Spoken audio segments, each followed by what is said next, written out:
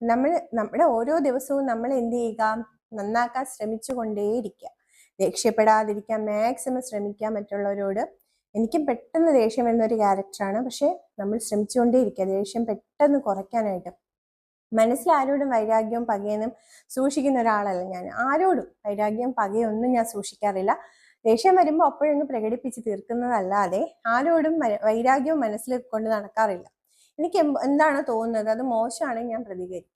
അതാണ് എൻ്റെ ഒരു ക്യാരക്ടർ. പക്ഷെ ഞാനത് മാക്സിമം കുറയ്ക്കാനായിട്ട്, ദേഷ്യം കുറച്ച് നല്ലൊരു പോസിറ്റീവ് ചിന്തയോടെ എല്ലാ കാര്യങ്ങളിലും സമീപിക്കാനായിട്ട് ശ്രമിക്കുന്ന ഒരു വ്യക്തിയാണ്. അതുകൊണ്ട് തന്നെയാണ് എനിക്കിത് പറയാനുള്ള ഒരു അർഹതയുണ്ടെന്ന് ഞാൻ വിശ്വസിക്കുന്നു.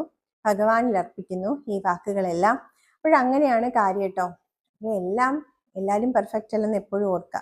എപ്പോഴും മുന്നേറാൻ ശ്രമിച്ചുകൊണ്ടിരിക്കുക. ഓരോ ചുവടെങ്കിലും ജീവിതത്തിൽ വെച്ചുകൊണ്ടിരിക്കുക. ഇപ്പോൾ ഹസ്ബൻഡ് വൈഫും ആണെങ്കിൽ ഹസ്ബൻഡ് തളർന്നു പോയാൽ എന്ത് ചെയ്യുക, വൈഫ് ഹസ്ബൻഡിന്റെ കൈ പിടിച്ച് കൂടെ നിൽക്കുക. വൈഫ് തളർന്നു പോയാൽ ഹസ്ബൻഡ് കൈ പിടിച്ച് കൂടെ നിൽക്കുക. ഒരു ബോണ്ടിങ് ഫാമിലി ലൈഫിൽ കൊണ്ടുവരിക.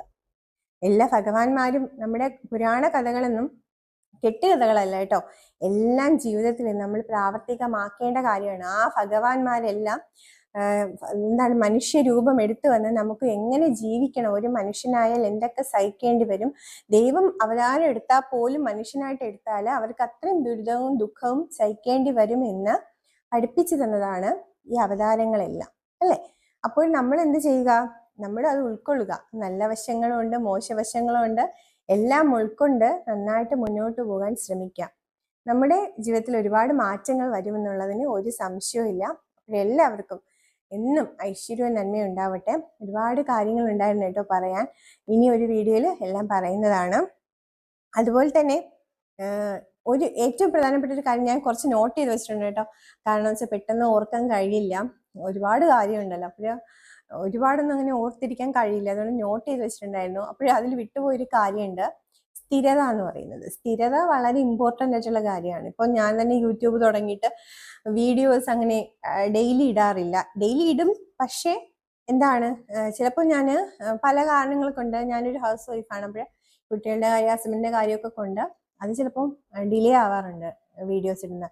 പക്ഷേ സ്ഥിരത എന്ന് പറയുന്നത് വെരി വെരി ഇമ്പോർട്ടൻ്റ് ആണ്. വളരെയധികം ഇമ്പോർട്ടൻ്റ് ഉള്ള കാര്യമാണ് സ്ഥിരത. എന്ത് കാര്യത്തിൽ സ്ഥിരത വേണമെന്നാണ് പറയുന്നത്. പഠിക്കുന്ന കാര്യമാവട്ടെ, ആത്മീയ കാര്യമാവട്ടെ, അല്ലെങ്കിൽ ജീവിതത്തിലെ കാര്യമാവട്ടെ, ബിസിനസ് ആവട്ടെ, എന്ത് തന്നെയായാലും ലൈഫിൽ സ്ഥിരത എന്ന് പറയുന്നത് വളരെ അത്യന്താപേക്ഷിതമായിട്ടുള്ള കാര്യമാണ്. അപ്പോൾ ഈ കാര്യങ്ങളെല്ലാം നിങ്ങൾക്ക് ഇഷ്ടമായെന്ന് വിശ്വസിക്കുന്നു. അപ്പോൾ ഭഗവാന്റെ നാമത്തിൽ എല്ലാവർക്കും നമസ്തേ, ഹരേ കൃഷ്ണ.